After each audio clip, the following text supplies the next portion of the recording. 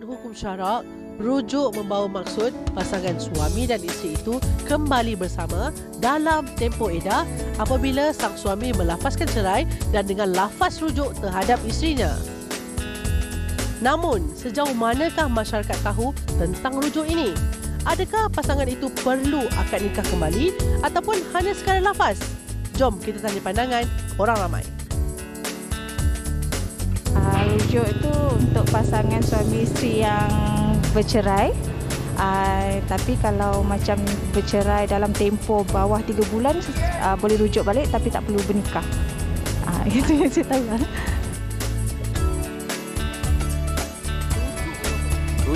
Rujuk ni macam orang dah bercerai, dia nak kembali balik. Kita tak proses dia ada. Proses dia tak tahu sebab tak pernah lagi. Tak tahu. Rujuk dia cerai kahwin balik. Okey, tahu tak proses dia macam mana?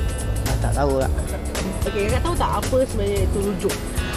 Yang saya faham rujuk tu suami isteri yang dah bercerai kembali bersama. Okey, tahu tak macam mana proses dia ataupun mungkin akak pernah dengar kisah-kisah orang lain ke macam mana dia rujuk kembali, pernah tak? Proses dia lah, maksudnya dia kena buat apa dulu? Tak tahu, pergi naik mahkamah kot. Naik mahkamah, lepas tu minta kebenaran mahkamah balik untuk rujuk lah. Dan ada yang kena nikah balik, angkat nikah balik kan. Itu je lah saya tahu. Sejauh mana pengetahuan kita berkaitan dengan rujuk? Gelak-gelak juga Syira, tapi kita harus orang kata dapatkan ilmu berkaitan dengan rujuk, sebab prosesnya saya pun tak pasti macam diorang juga. Awak pasti ke dengan prosesnya? Saya pun tak pasti, dan untuk itu kami nak bawakan mereka yang lebih arif ke dalam studio kita untuk menjawab pelbagai persoalan anda semua di luar sana, dan pastinya bersama saya, bersama kami berdua. Ketika ini di studio, di sebelah kiri kalau dapat saya perkenalkan adalah Dr. Azmawati Muhammad Noor, iaitu Ketua Jabatan Psikologi Pendidikan dan Kaunseling Fakulti Pendidikan Universiti Malaya. Apa khabar, Doktor? Alhamdulillah, sihat. Okey, dan di sebelahnya pula adalah Tuan Faisaluddin Muhammad Yusof, iaitu seorang peguam syariah. Assalamualaikum. Selamat kembali ke Wanita Hari ini. Waalaikumsalam. Penonton Wanita Hari ini, Syira dan juga Gita. Ya, Gita. Tuan Faisal selamat panggil saya Gita. Saya rasa special dan istimewa. Okey, apapun selamat tengah hari kedua-duanya. Baik, Tuan Faisal dan Doktor, kita dah dengarkan pendapat pandangan orang ramai. Jadi mungkin eloklah kalau kita mulakan dahulu, Tuan Faisal, dengan apakah itu sebenarnya rujuk. Apa yang orang perlu tahu mengenai rujuk itu? Okey, baik. Gita, Doktor, Dr. Lee, Syira dan semua penonton Wanita Hari ini. Biasa kita dengar perkataan cerai kan? Cerai itu semua orang tahulah ya. Cerai. Jadi dalam perceraian tu kata orang sedangkan lidah lagi tergigit kan, ini kan pula suami isteri. Jadi bila dah bercerai, kadang-kadang timbul rasa sayang balik tau kita dengan Syira ya. Bila dah gaduh-gaduh tu kadang-kadang rindu balik lah kan. Rindu balik masakan isteri. Apa lagi? Bau isteri. Kan? Bau isteri ya. Gaduh-gaduh. Jadi kadang-kadang mau sehari, kadang-kadang tak sampai sehari pun nak berbaik semula ya. Jadi rujuk ini adalah kembali kepada perkahwinan yang asal. Baik. Okey. Nak rujuk tu dalam keadaan macam mana? Yang pertama kita kena tahu perceraian kita tu jenis apa ya. Dalam Islam ni, untuk umat Islam ni cerai ni ada 2 jenis. Satu dipanggil talak raj'i, satu lagi talak ba'in ya. Talak raj'i ni dipermudahkan talak 1 kali pertama dan talak 2. Kalau dah masuk talak 3 tu dah jadi talak ba'in ya. Jadi dalam keadaan begini, kalau puan-puan penonton, sedang penonton semua ya, diceraikan oleh suami semalam ya. Ini pertama kalilah dalam hidup ni diceraikan ni, pertama kali dalam hidup. Jadi tiba-tiba hari ni tengah hari ni suami datang mengending. Sedap pula masakan ni kan. Jadi abang nak rujuk balik. Boleh, dia boleh rujuk balik. Dalam tempoh iddah. Maknanya apabila kita ni diceraikan oleh suami kali pertama, talak 1 dan talak 2, boleh lagi dalam tempoh iddah. Tempoh iddah ni bergantunglah kalau perempuan yang masih lagi ada period ya. Jadi dalam tempoh 3 kali suci. Mesti dalam tempoh iddah tu ya. Maknanya kalau nak berbaik semula, biarlah waktu tu. Tapi katakanlah sebabkan terlepas pandang dah habis 3 kali suci, tapi nak berbaik semula. Mana lepas 3 kali suci ni biasa macam Gita dengan Syira ni mungkin dalam 3 bulan kan, ataupun mungkin lebih sedikit, ataupun mungkin awal. Katakanlah 3 bulan tu tiba-tiba dah habis tempoh iddah tu, suami dengan isteri nak berbaik semula. Boleh rujuk balik, tapi kenalah ambil pelamin baru, baju baru, kena akad baru. Kena akad baru. Kalau ada ayah mentua kita, abah saya nak akad nikah sekali lagi lah. Dengan siapa pula kau ni? Tak dengan yang sama. Sebab apa? Dah habis tempoh edah. Jadi itulah maksud rujuk kembali kepada perkahwinan asal. Sama juga kalau dah talak 3 tadi. Talak 3 kalau nak rujuk balik dalam keadaan begini, kalau orang biasa dengar talak 3 ni memang susah kan? Tapi dia kena boleh balik semula dengan syarat kalau dia punya isteri itu kahwin dengan orang lain, kemudian diceraikan, kemudian dah habis tempoh edah, barulah boleh bersama semula. Okey, baik. Tadi Tuan ada katakan dalam tempoh edah kita boleh rujuk sesama sendiri, betul? Adakah rujuk itu dalam tempoh edah boleh dibuat dengan sekadar perbuatan ataupun mesti kita lafazkan? Kena macam angkat sumpah. Atau macam mana? Gini ya, dalam hal begini memang ada pandangan mengatakan pandangan dalam contoh dalam mazhab Hambali, ada satu pandangan kata boleh dengan perbuatan saja. Tapi dalam konteks negara kita ni dalam hal ini, maka eloklah bila kita nak nikah itu, kita pun dengan lafaz dengan baik-baik. Bercinta pun dengan lafaz, nak akad nikah pun dengan lafaz. Maka bercerai pun dalam lafaz dan rujuk pun kena dengan lafaz. Selagi mana kita ni boleh bercakap. Kalau kita bisu, kalau kita dah tak boleh bercakap tu cerita lain, guna bahasa isyarat. Jadi dalam hal begini, bila dah bercerai, besok lusa nak berbaik semula, perkataan rujuk ni tak susah. Walaupun kadang-kadang kita lelaki ni ego sikit kan. Tapi kalau kita dah sayang bini kita tu, apalah salahnya. Abang nak berbaik semulalah, abang nak rujuk baliklah perkahwinan kita ni. Itulah yang sepatutnya, sebab itulah yang diterima dalam negara kita ini. Bukan apa bila kita nak buat pengesahan nanti. Biasa rujuk ni antara suami isteri saja kan. Kadang-kadang tak ada saksi. Bila tak ada saksi ni kan doktor kan, susah kan. Jadi dalam hal begini biarlah perkataan tu jelas. Jangan perkataan-perkataan tu macam ada kiasan pula kan. Kalau boleh jelas abang nak berbaik semula, abang nak rujuk balik, abang rasa menyesal dengan tindakan kita. Abang baik rujuk sekarang. Kalau tak rujuk nanti saya kahwin orang lain. Lepas ni saya nak tanya Tuan Faisal, bagaimana kalau situasinya si suami nak rujuk tapi isteri enggan menerima suami? Lepas ni kita tanya Tuan Faisal, tapi sebelum tu kita nak tanya doktor juga. Doktor, dalam pergelutan dua individu yang bergelar suami dan isteri ini kan, mereka pastinya ingin menyelesaikan masalah tapi dah memang tak boleh selesaikan.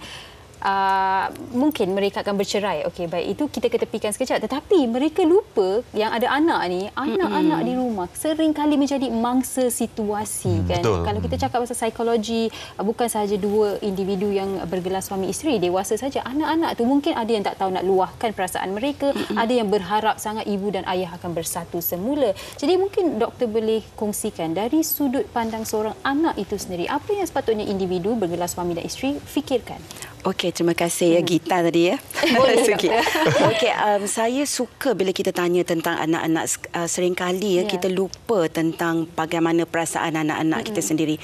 Selalu bila kita dah, apa orang kata, dalam pergolakan kita dah bergaduh tu mesti ada berantakan, dia dah retak. Bila kita dah ke fasa penceraian pula, orang kata apa? Ada pepatah mengatakan bila retak bagai retak menanti belah, dah terbelah. So selalu kita lupa tentang kesan terhadap anak-anak. Psikologi anak-anak ini ada kajian yang mengatakan 5 kali ganda sebenarnya mereka ini lebih terkesan. Dan daripada segi kesihatan mental, yang kita risaukan apabila terkesan daripada segi kesihatan mental ini, anak-anak ini seringkali dilupakan. Kita rasa anak-anak ni boleh je cope. Boleh jaga diri sebab mereka kecil, mereka pandai jaga diri. Tapi sebenarnya daripada segi mental ataupun daripada segi pemikiran, mereka akan rasa rendah diri. Mereka akan rasa, kenapa ini terjadi kepada saya? Mengapa orang lain okey, saya dan keluarga saya tak okey? Dan pemikiran yang negatif ini selanjutnya akan membawa kepada emosi. Sugi pun tahu bila emosi kita kacau, bila emosi kita terganggu, yang kita risaukan, penceraian tadi, comeback to penceraian tadi, kita risaukan sekiranya penceraian itu terlibat dengan penderaan ataupun penderaan emosi dan mental terhadap ibu mereka dan mereka nampak. Dan kesan ini akan memberikan terutamanya kepada mereka. Mereka akan rasa rendah diri. Mereka akan rasa marah. Dan kita lupa juga apabila bergaduh, mungkin kita tak perasan anak-anak ini mungkin juga dipukul. Kita marah kepada mereka dan mereka tak ada ruang untuk bersuara. Kerana kalau bersuara, mereka kena lagi. So, emosi ni juga bila ibu ayah ini dah bergaduh, bercerai, mereka antara anak-anak ini juga mungkin ada sibling rivalry kita panggil. Di mana mereka ingin mendapatkan kasih sayang daripada ibu. Dia berebut. Bila dia berebut perhatian ibu atau ayah, jadi mereka akan ada macam division pula. Mereka akan divide. Dan yang kita risaukan bila ada emotional cut off. Apa dia emotional cut off? Bila anak-anak ini berasakan macam tak nak lagi lah dengan ibu ayah, bawa diri. Ada segelintir kes-kes yang kita terima anak ini melarikan diri daripada rumah ya. Dan selain daripada itu juga yang kita risaukan daripada tingkah laku. Tingkah laku anak-anak ini dia akan memberi kesan yang amat besar, terutamanya bila mereka terlibat ya Tuan Faizal dalam gejala sosial. Gejala sosial, mereka sendiri mencari orang kata ruang untuk melepaskan amarah, sedih. Jadi inilah bila ada mungkin peer pressure pula. Kita tahu peer pressure memberikan kesan yang sangat besar. So sekiranya mereka terlibat dalam orang kata grouping yang tidak memberikan yang baiklah untuk mereka. Jadi mungkin terlibat dengan dadah, terlibat dengan minta maaf tapi seks bebas dan ini akan terus memberikan kesan kepada anak-anak. Jadi ini yang kita risaukan sebenarnya. Saya melihatnya macam kuih lapis. Kita mungkin sebagai ibu bapa lihat lapisan atasnya sahaja, tapi setiap lapisan anak itu semakin dalam kita lihat dia semakin terluka. Betul tu. Betul tu. Dan itu dari segi psikologi anak-anak dan sebagainya. Dan kita nak kongsikan kepada penonton di luar sana mengenai satu pengakuan ini dan kita akan dapatkan pandangan daripada yang lebih pakar. Jom kita saksikan.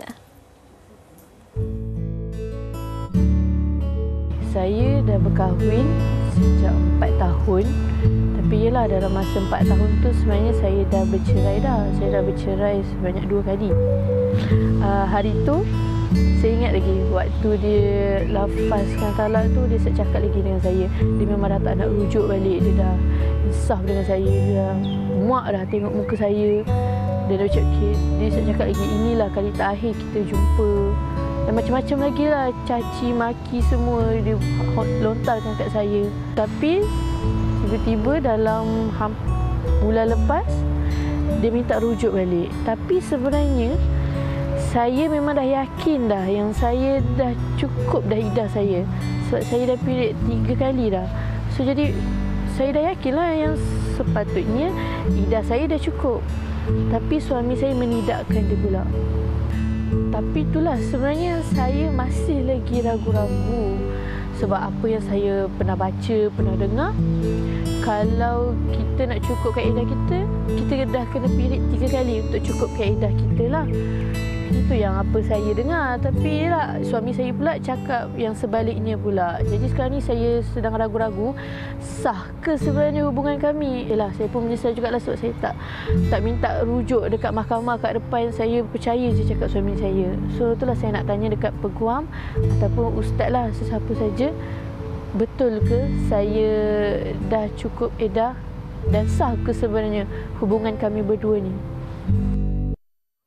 Baik, Tuan Faizal, kita nak terus tanya Tuan Faizal. Kita ada masalah di situ. Tuan Faizal pun mungkin dah dengar apa masalahnya. Jadi, dalam situasi sebegini, katanya dia rasa dia dah habis tempoh edah sebab dah 3 kali period. Tapi suaminya pula meyakinkan yang tidak masih lagi dalam tempoh edah dan belum 3 bulan. Jadi dalam situasi sebegini bagaimana? Adakah sah kalau dah rujuk ke, kena akad nikah semula ke, perlu ke mahkamah ke, pelbagai persoalan Tuan Faizal.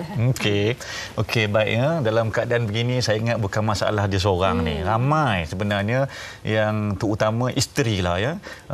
Tak tahu kenapa mungkin terlalu sayang suami, hormat sangat dengan suami sampai kadang-kadang kita terlupa ataupun kita tak cakna dengan undang-undang.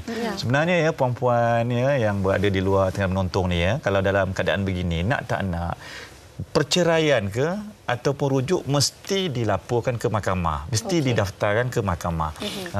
Jadi nama dia pengesahan rujuk di mahkamah. Sebab bila di mahkamah ni, hakim ataupun kalau kita ada diwakili oleh peguam, ya, kalau tak ada, hakim akan tanya dan selidik macam mana proses rujuk tu. Sebab itu kita nak tahu sama ada rujuk itu sah ataupun tidak. Berbalik kepada soalan ataupun yang dikongsikan tadi, dia dah kata dia dah 3 kali dah habis period, 3 kali suci. Tapi suami dia pula mungkin fahaman saya tak pernah dengar pula kalau ada fahaman mengatakan bahawa 3 bulan tak ada, ya. Dia mesti 3 kali suci. Cuma biasanya kenapa kita bersandar kepada, kita ringkaskan kepada 3 bulan sebab setiap kali wanita ni yang masih ada period sebulan mesti sekali, kan.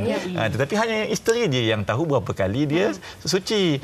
Mungkin dalam sebulan ada yang 2 kali. Cepat kan dia punya cycle. Jadi tak sampai 3 bulan dah habis 3 kali suci.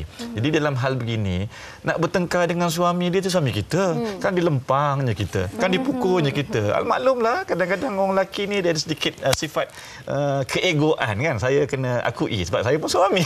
Isteri aku ni lebih-lebih pula, kan. Jadi dalam hal begini untuk elakkan keadaan beginilah. Kalau suami tak mau file, kita sendiri ambil inisiatif filekan permohonan tu di mahkamah.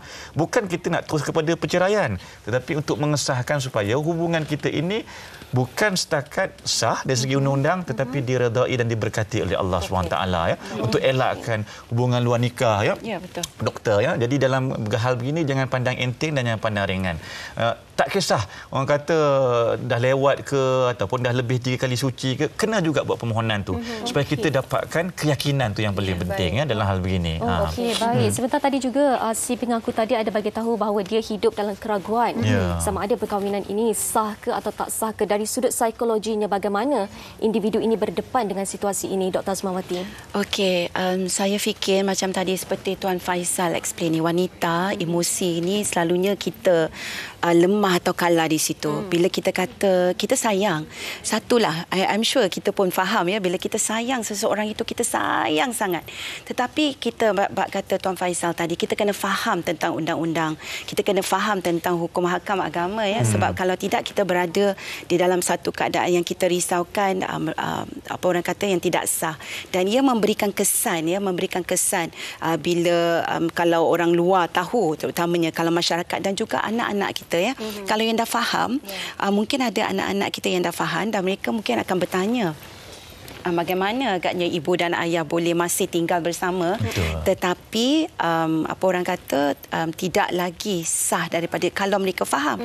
Dan ini sebenarnya memberikan gambaran, ini sebenarnya tindak tanduk kita ataupun ibu ayah yang berdepan, bukan kita berdepan dengan isu ini, tetapi mereka secara tak langsung akan menyebabkan anak itu berpandangan bahawa perkahwinan ini yang dibina atas dasar cinta dan kasih sayang ini dipandang remeh. Dan daripada sudut psikologi, dia akan memberikan kesan bahawa mereka ini akan juga melihat dari sudut pandang yang negatif, bahawa ini apa orang kata satu benda yang kita boleh permainkan. Dan daripada sudut emosi wanita tu pula, kita sayang suami memang sayang, tetapi sayang kita kena ada had. Apa orang kata, kalau sayang ambil tindakan yang wajar dan buat cara yang betul supaya kesan emosi dan kesan cara kita untuk tingkah laku kita sendiri itu lebih baik, insya-Allah. Okey, dalam jawapan doktor, saya ada soalan untuk Tuan Faisal, tapi sebelum itu Syirah, mungkin kita boleh tanyakan soalan penonton dahulu. Betul, kita ada satu soalan penonton daripada Kasih Ungu, katanya ini berdasarkan pengalaman sendiri, pernah bercerai rujuk semula selepas setahun setengah tanpa ijab kabul. Tempoh idah saya panjang kerana masih belum datang bulan kerana masih menyusukan anak. Sebentar tadi Tuan katakan kena 3 kali suci, dan dalam kes ini pula beliau tengah menyusukan anak dan tak sempat lagi untuk 3 kali suci. Bagaimana agaknya situasi ini? Dalam keadaan begini, ya, memang benar, ya, bila dia dapat pengesahan di mahkamah, mahkamah dah sahkan, sebab bagi orang-orang yang tak ada period ni, dia ada perkiraan lain. Edah ni berbeza-beza. Kalau kematian suami dan tak ada period 4 bulan 10 hari.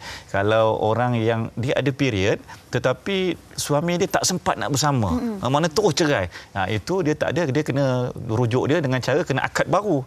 Jadi iddah ini berbeza-beza mengikut orang. Bagi orang yang tengah mengandung, katakan dia punya habis tempoh iddah tu bila dah melahirkan anak. Itu pun kalau dia ada period dan sebagainya. Ini kalau dia tak ada period maka dikira sehingga anak tu boleh orang kata menyusu, habis menyusu dan dia ada datang dia punya cycle dan sebagainya. Jadi dalam begini saya nak tambah sikit macam yang tadi tu. Dalam hal begini sebenarnya bagaimana kita nak hidup bahagia kalau setiap malam, setiap hari kita asyik tertanya-tanya, hubungan aku ni sah ke tidak sah? Sah ke tak sah ni kan? Macam mana kita nak bahagia? Jadi dalam keadaan begini, perempuan saya nasihatkan apabila berlaku perceraian, kemudian ada rujuk sama ada melalui perbuatan ataupun dari segi percakapan, kena dan wajib pergi ke mahkamah supaya mahkamah boleh tentukan dan boleh sahkan. Yang nombor satu lagi yang kita perlu ingat, bila kita bercerai ni biasanya kita akan tengok ada sijil perceraian kan.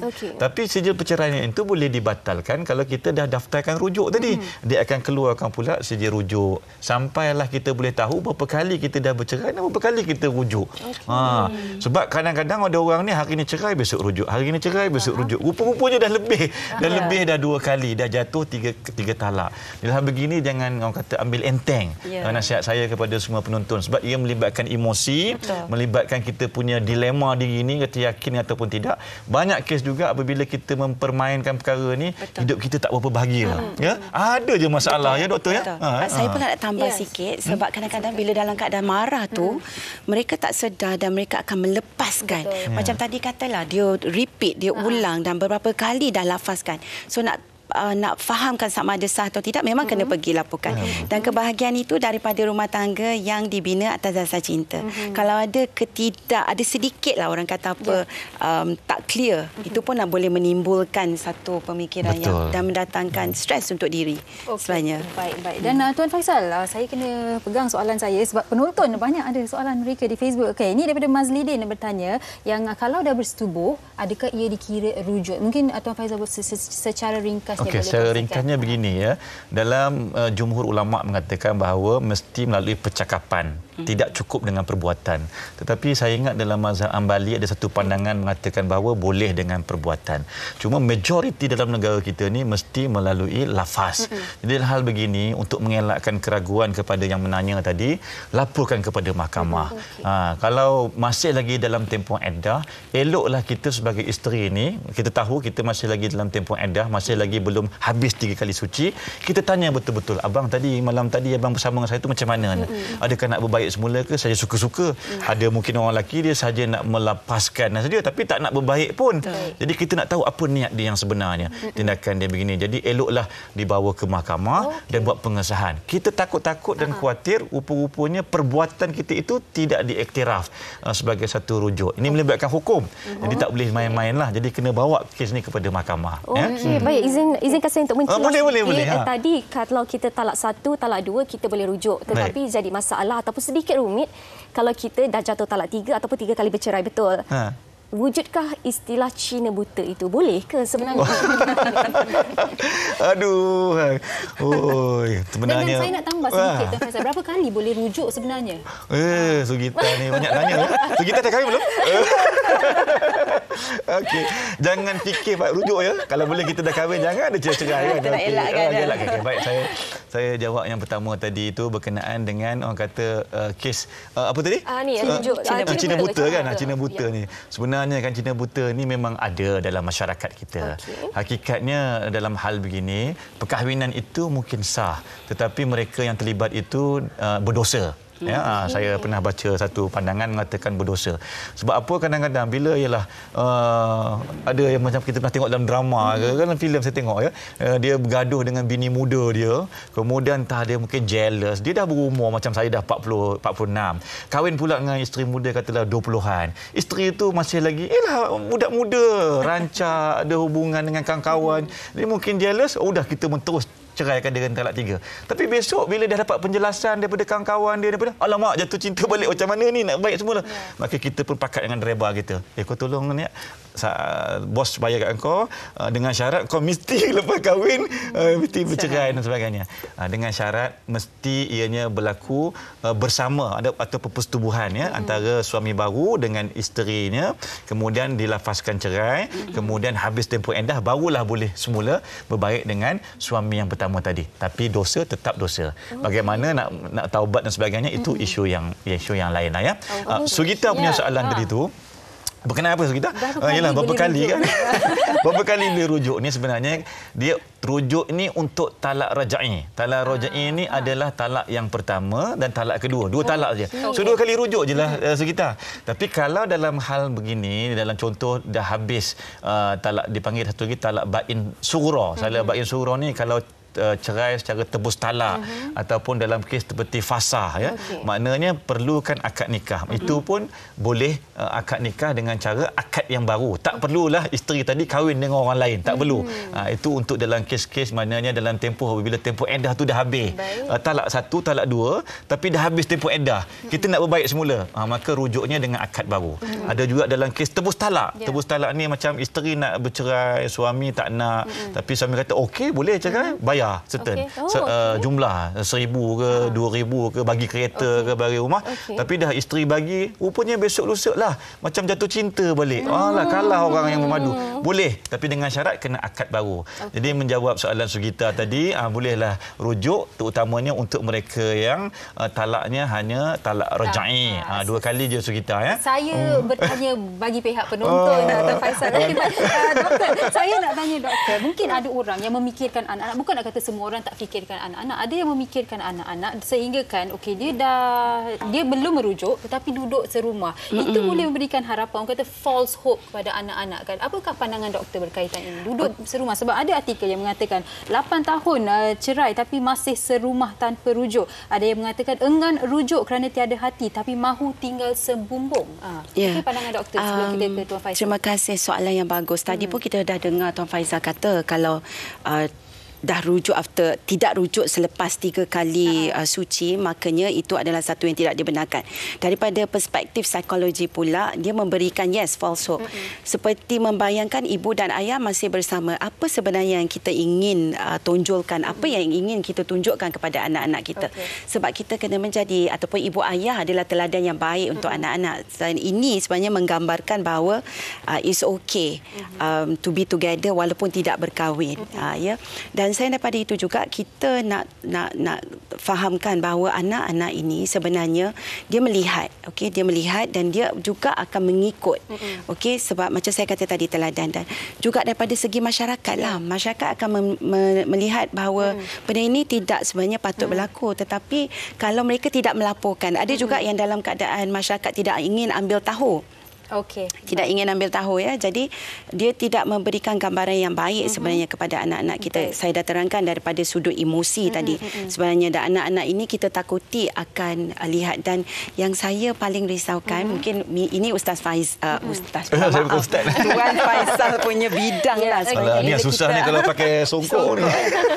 Bila kita risaukan bila bersama dan ada adik baru. Dan ini adalah satu kesan yang tidak baik sebenarnya. Baik. Jadi secara keseluruhannya ia tidak memberikan kesan yang positif terhadap anak-anak. Tuan Faisal, masa amat menceburi kita, tapi kita ada 2 soalan yang amat penting memerlukan bantuan Tuan Faisal. Kita tanya soalan daripada Alia Maisara dahulu. Semua orang panggil Tuan Faisal Ustaz. Jatuhkah talak jika suami cakap aku dah tak nak hidup dengan kau, kemaskan pakaian, aku hantar kau ke rumah orang tua kamu? Jawapannya. Dan satu lagi Ustaz, kita terus rangkumkan. Ustaz, saya nak tanya, pernah suami saya pernah ceraikan saya talak 3, tapi suami cakap dia tak sedar dan tak ada niat nak lafazkan, dan kami disahkan oleh hakim jatuh talak 1 sahaja. Bagaimana tu Ustaz? Silakan Tuan Faisal. Yang soalan terima kasih Ustaz. Baik, soalan pertama tadi, dia dalam hal begini kena bawa kes ke mahkamah. Kena buat pengesahan di mahkamah untuk tahu sama ada jatuh ataupun tidak. Tetapi secara dasarnya lafaz tadi itu adalah lafaz secara dipanggil kinayah ataupun kiasan. Aku tak nak kau keluarlah kan. Itu kita kena tahu apa niat dia sebenar. Jadi bila kita failkan pengesahan lafaz talak ni di luar mahkamah, di mahkamah, hakim akan tanya, tuan apa sebenarnya tuan punya niat ni? Rupa-rupanya saya tengah marah tu, meluat tengok muka dia, itu dia bukan nak cerai pun. Okey. Dan yang kedua tadi berkenaan dengan talak 3. Memang betul. Kadang-kadang ni suami ni, aku cerai dengan kau talak 3. Aku cerai dengan kau talak 1000, talak 2000. Ada sebab dah marah sangat ni. Ya Allah, kan sebab provokasi yang dibuat dan bebelan yang dibuat oleh isteri tu tahu, ya Allah. Isteri juga Isteri juga baru balik daripada kerja dalam jam dan sebagainya, dia kena pula gini kan. Jadi mungkin marah. Jadi bila sampai ke mahkamah dah selidik, hakim dah selidik, rupanya niat dia hanyalah talak 1 ataupun itu hanyalah talak 1 kali pertama. Jadi sebab itu hakim jatuhkan bahawa ini talak 1 saja. Jadi isteri jangan risaulah bila hakim mahkamah dah putuskan itu talak 1, hiduplah sebagaimana biasa. Bolehlah rujuk dalam tempoh iddah. Kalau dah habis tempoh iddah nak berbaik semula, akad barulah. Hantarlah kad jemputan kahwin. Kalau saya boleh tambah sedikit, saya minta maaf, tapi bila saya dengar tadi suami marah dan saya nampak suami perlukan anger management. Yes, anger management. Saya rasa sebenarnya bila kita dah berkahwin ni, sebelum kita nak ni, kita kena belajar untuk kawal marah. Kawal emosi itu penting dan sebenarnya komunikasi itu sangat penting. Cara kita dating dulu macam mana kan? Betul. Cakap elok-elok, manja-manja, manis-manis dan sekarang marah aja. So saya rasa ini adalah satu betul kerut tadi saya bila dengar suami marah kan. Jadi kita sebenarnya kena bersama-sama lah ya. Bersama-sama. Okey, baik tuan, kita ada 30 saat sahaja kami produser kami. Okey, saya nak tanya sikit ringkas saja. Kalau perkahwinan yang tidak didaftar, bagaimana situasi cerai dan rujuk ini boleh dilaksanakan? Nak tak nak kena buat pengesahan di mahkamah, perkahwinan kita tu sah ataupun tidak dahulu. Lepas itu barulah pergi kepada perceraian tu tadi. Kalau mahkamah dah putuskan perkahwinan kita sah, barulah kita pergi step yang kedua, iaitu sama ada perceraian tadi sah. Yang kedua barulah pergi ke step ketiga, sama ada rujuk kita tadi sah. Nak tak nak mesti daftar di mahkamah dan laporkan kepada mahkamah. Termasuklah kalau kita ni dalam tempoh iddah kita menolak untuk dirujuk oleh suami. Laporkan juga mahkamah dan mahkamah akan lantik jawatan kuasa pendamai. Mana tahan asyik. Hari ni kena marah, besok nak baik. Hari ni kena marah, besok tak boleh tahan ni. Jadi kita kena maklum kepada hakim kenapa kita tak nak bersama lagi dengan suami kita. InsyaAllah keadilan akan diperolehi oleh perempuan apabila melaporkan kepada yang arif hakim di mahkamah. Saya rasa kita perlukan part 2. Tapi banyak persoalan yang sudah pun dijawab dan pastinya doktor pun telah mengupas dari sudut psikologinya. Kita harus fikirkan bukan sahaja psikologi diri sendiri tetapi juga psikologi anak-anak kita, keharmonian semua orang. Dan seperti mana yang Tuan Faisal dah kongsikan, apa pun kita terus ke mahkamah. Itu yang dapat menyelesaikan masalah kita dengan orang kata ada black and white lah. Betul. Kan? Paling penting adalah sahkan perceraian dan juga sahkan rujuk itu berlaku. Betul. Okey, baiklah, saya kira banyak perkongsian dan juga manfaat yang kita penonton dapat terima pada hari